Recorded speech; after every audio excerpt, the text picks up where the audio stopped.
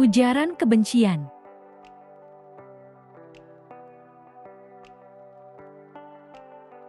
Latar belakang kami memilih topik ini karena ujaran kebencian telah menjadi isu yang semakin relevan dan signifikan dalam konteks sosial, terutama dengan kemajuan teknologi dan penyebaran informasi melalui media sosial. Tahukah kalian, pengertian ujaran kebencian dibagi menjadi dua, yaitu Yang pertama, pengertian ujaran kebencian secara umum ialah tindakan komunikasi yang dilakukan oleh suatu individu atau kelompok dalam bentuk provokasi, hasutan, ataupun hinaan kepada individu atau kelompok yang lain.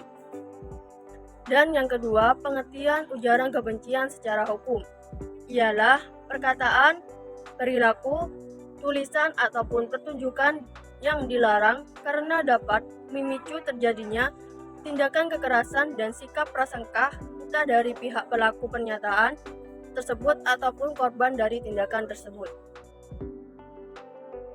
beberapa macam-macam ujaran kebencian. 1. Ujaran kebencian rasial, yakni ucapan atau tulisan yang mengekspresikan kebencian terhadap individu atau kelompok berdasarkan ras atau etnisitas mereka.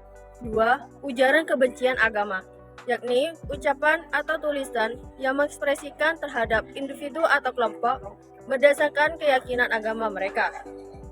3. Ujaran kebencian seksual dan gender, yakni ucapan atau tulisan yang mengekspresikan kebencian terhadap individu atau kelompok berdasarkan orientasi seksual, identitas gender, atau peran gender mereka.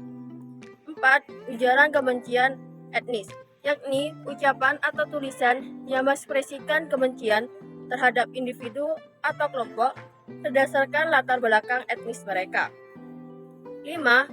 Ujaran kebencian berbasis disabilitas, yakni ucapan atau tulisan yang mengekspresikan kebencian terhadap individu atau kelompok berdasarkan disabilitas fisik atau mental mereka. 6. Ujaran kebencian politik, yakni ucapan atau tulisan yang mengekspresikan kebencian terhadap individu atau kelompok berdasarkan pandangan politik atau afiliasi mereka. 7. Ujaran kebencian berbasis sosial, yakni ucapan atau tulisan yang mengekspresikan kebencian terhadap individu atau kelompok berdasarkan faktor sosial seperti status ekonomi, pekerjaan, atau status migran. Berikut contoh dari ujaran kebencian. 1. Pelecehan online. 2. Ujaran kebencian di media sosial. 3. Ceramah atau pidato yang merendahkan kelompok tertentu. 4. Pamflet atau poster yang mempromosikan ujaran kebencian. Adapun dampak dari ujaran kebencian tersebut yakni: Pertama, meningkatkan diskriminasi dan prasangka. Kedua, merusak hubungan sosial dan komunikasi. Ketiga, mengancam keamanan individu atau kelompok. Keempat, membatasi kebebasan berbicara dan ekspresi. Kelima, mengakibatkan stres, depresi, hingga keinginan untuk mengakhiri diri. beberapa faktor penyebab terjadinya ujaran kebencian. 1. Ketidaktoleran dan prasangka, yakni kurangnya toleransi terhadap perbedaan dan adanya prasangka terhadap kelompok tertentu. 2. Konflik sosial dan politik yang membagi masyarakat berdasarkan perbedaan ras, agama, etnisitas, atau pandangan politik. Ketiga, media dan teknologi.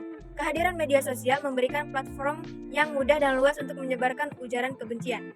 Keempat, ketidakadilan sosial dan ekonomi. Kelima, kurangnya pendidikan dan kesadaran. Keenam, pengaruh lingkungan dan kelompok sebaya. Dan yang terakhir, kepemimpinan yang memicu kebencian.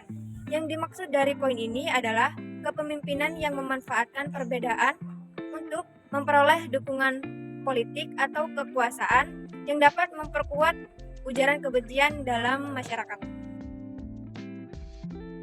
Berikut penanganan yang bisa dilakukan jika terjadi ujaran kebencian. Pertama, regulasi hukum yang melarang ujaran kebencian. Kedua, pendidikan tentang toleransi dan keselarasan. Ketiga, kesadaran publik tentang dampak negatif ujaran kebencian. Dan yang terakhir, platform media sosial mengambil kebijakan terhadap ujaran kebencian. Beberapa solusi untuk mengatasi ujaran kebencian antara lain. 1. Memperkuat peraturan hukum yang melarang dan menghukum tindakan ujaran kebencian. 2. Meningkatkan pemahaman masyarakat tentang pentingnya toleransi, keragaman, dan kesetaraan.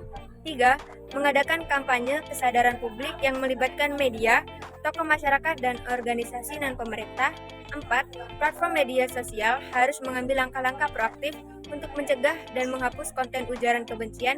Dan yang kelima, melibatkan komunitas dalam menciptakan kehidupan yang inklusif dan menghadapi ujaran kebencian. Jadi kesimpulan yang dapat kita ambil bahwa ujaran kebencian dalam bentuk apapun dapat merugikan dan menyebabkan kerugian emosional dan psikologis bagi individu atau kelompok yang menjadi sasaran. Maka dari itu, untuk mengatasi akar permasalahannya dan mencegah terjadinya ujaran kebencian dengan mempromosikan toleransi, kesetaraan, dan pendidikan yang inklusif. Saya berharap bahwa pelaku ujaran kebencian akan ditindak tegas sesuai dengan hukum yang berlaku dan ujaran kebencian dapat dikurangi.